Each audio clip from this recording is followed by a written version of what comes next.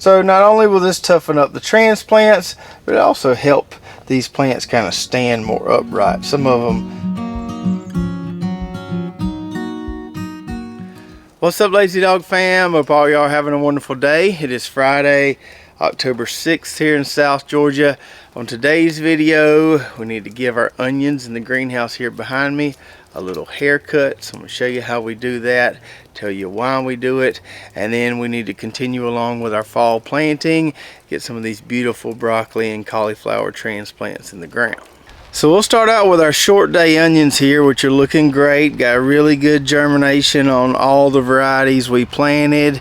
We've been fertilizing them some, but it's probably time to really start pushing them so they're ready to go in the ground in early November. So most of these onion transplants are at least 4 inches tall, some of them close to 6 inches tall, and this is the time when we want to give them a little haircut, which helps kind of toughen up the transplants. Now this morning I could not find my Conair professional onion trimming shears, so I had to steal this pair of scissors out of my wife's craft drawer. This will have to work. What we're trying to do here is just trim these onions about that much. So we're going to leave, say, 3.5 inches of growth there. Don't have to be real particular with this. We're just going to go through here and start snipping till we get fairly even cut amongst the whole tray. So that's what we're going for there. Hopefully you can see the difference between this tray that we trimmed and this tray that we haven't trimmed yet. Now if I'd had my Conair professional onion trimming shears, this wouldn't have happened, but these scissors kind of ripped out a few of my onion seedlings. You can see one right there. That's okay, obviously we've got plenty here, but something I did notice happening. Okay, now we've got all 3 trays trimmed here. I'll probably trim those closer to 2.5 inches as opposed to 3 inches, but that'll be all right. So not only will this toughen up the transplants, but it also help these plants kind of stand more upright. Some of them were kind of falling over because they had gotten so tall. So the next time we trim these, it should be a lot easier because most of them should be standing up straight. So once those get 5 or 6 inches tall again, which won't take long, we'll trim them again, and we'll probably end up trimming these 2 more times before November rolls around and we're ready to go in the ground with them. Now it's important to note for these bulbing onions, not bunching onions, bulbing onions, we only want to cut them in here in the greenhouse. Once we put them in the ground, we don't want to mess with those tops. We just want to let those tops grow and grow and grow. Additionally, it's probably not a good idea to give these things a haircut right before you're going to put them in the ground. I have tried that several years ago and lost quite a few onion transplants. So give them a haircut a week or so before you're putting them in the ground. Don't cut them right before you're putting them in the ground because it will stress them a little bit. We're watering these every day. They'll be fine in the greenhouse here, but we want to schedule our haircuts so that it's not so close to our in-ground date. So that takes care of the onions for the time being. Now for some more fall planting. Now the last time we were in here, we were comparing the root balls from these 2 trays, the green Bootstrap Farmer tray versus the PropTech tray. And I told you I like what I was seeing out of the PropTech tray much more than what I was seeing out of here. But after leaving these transplants in these trays an additional week, I think maybe I didn't give this tray a fair enough shake. The transplants that are in there now have a much nicer root ball than they did just a week ago. Now we planted most of the stuff in this tray on that video last week. That's why it's relatively empty. But we had several people comment and say you're not really supposed to pull the transplants out of the tray this way. The reason it has those big holes is you're supposed to poke them from the bottom with your finger. Kind of like this right here. Now this one's a little dry. You can see there, that one has a nice root ball on it. It looks a lot better than those ones we shimmied out of here last week. Now personally, I still like the looks of this root ball from the PropTech tray as opposed to this one from the Bootstrap Farmer tray.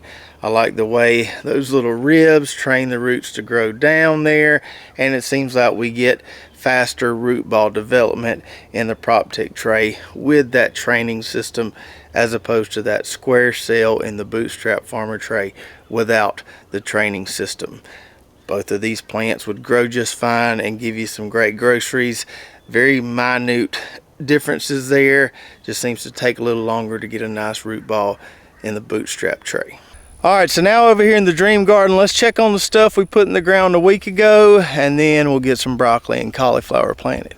So here's the 2 rows we planted 7 or 8 days ago. We got a row of mostly Brussels sprouts, then a row of cabbage over there, and these things have taken off pretty quickly. We're already starting to see some really good growth on these transplants not long after they've been in the ground. Now I have had to baby these quite a bit over the last week. 1, because it's been so dry around here. 2, because these little young brassica transplants don't like temperatures in the mid 80s or higher. And we hit 86 or 87 a couple days this past week. So I was coming out here twice a day, just giving them a splash just to keep them from looking rough. And they made it through it. We're cooling off this week, and we should start to see some even faster growth with these. And one more final thing to note about these 2 rows, you'll notice that these few plants on the end of the row here look a bit better than the rest of them, are growing a little bit faster. That has a lot to do with the fact they're getting a little more water and overhead water in that plot a lot, trying to get that cover crop up and going. So these 3 or 4 plants get a little extra splash. Now if you caught that video when we planted those 2 rows, we talked about how we were just putting drip tape down but weren't hooking everything up yet because the chickens were still finishing up on this plot. They'll be done as of this afternoon. I'll move them from here over to the sweet potatoes, let them graze those. I'll get the rest of this cleaned up. We'll hook up our main line and then have a complete drip system in this plot. But since we're not ready to do that right now, we're going to do the same thing today that we did with those other 2 rows. Just going to put drip line down and we'll hook it up later. So as far as our fad system goes, we've already got 2 furrows made here behind me. One of those furrows is going to get cauliflower, the other one is going to get broccoli. So the F part of the fad system is complete. The next thing we need to do is amend those furrows with some of our Coop Grow fertilizer, put some drip tape down, and then we'll be ready to plant. Alright, so our fad system is now complete. You can see our drip tape. You can see those Coop Grow fertilizer pellets down in that furrow. I basically just pinned down the tape at the beginning and end of each row with some soil so it stays in place. Now we're ready to plant. So we'll start off with some cauliflower in this row. I've got 2 different varieties of cauliflower. I got a white one called Absolute and then a purple variety. So we'll plant half the row white, half the row purple. I am recycling drip lines in this plot. I think this line right here has a 12-inch emitter spacing, but some of the other lines have a 6-inch emitter spacing. That's not ideal, but like I said, we're just recycling lines here. We'll make it work. We basically want to put these transplants a foot apart along the row here. So we just need to look for our emitters, and that'll help us out with our plant spacing. So I've got an emitter right there.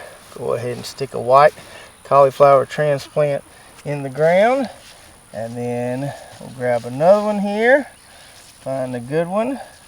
There we go. Skip over a foot, and we'll just keep working our way down the row. And then on the second row, we've got our 2 favorite varieties of broccoli, Imperial and Green Magic. So we'll plant half the row in Imperial, the other half in Green Magic. I grew a row of each last year, and that was almost too much broccoli. So just 1 row of broccoli this year, 2 different varieties. All right. So 2 more rows in our main fall garden plot here, and we're slowly working our way through this tray of transplants. Still got some kale in there to plant, still got some collards in there to plant, and we'll try to get those in the ground pretty soon.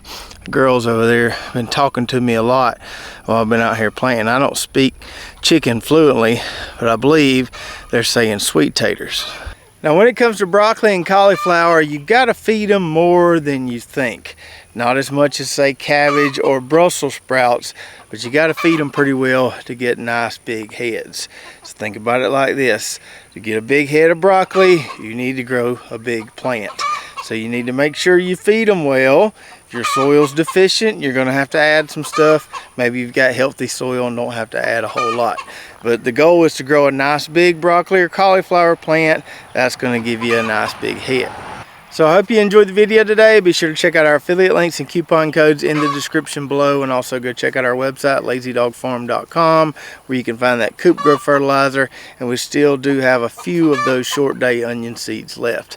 And if you want to see those trimmed onion transplants, nice and tough and hardy, going in the ground, check out this video right here where we planted our onion transplants last year, and you'll be able to see what they look like. So check that out, and we'll see you next time right here at Lazy Dog Farm.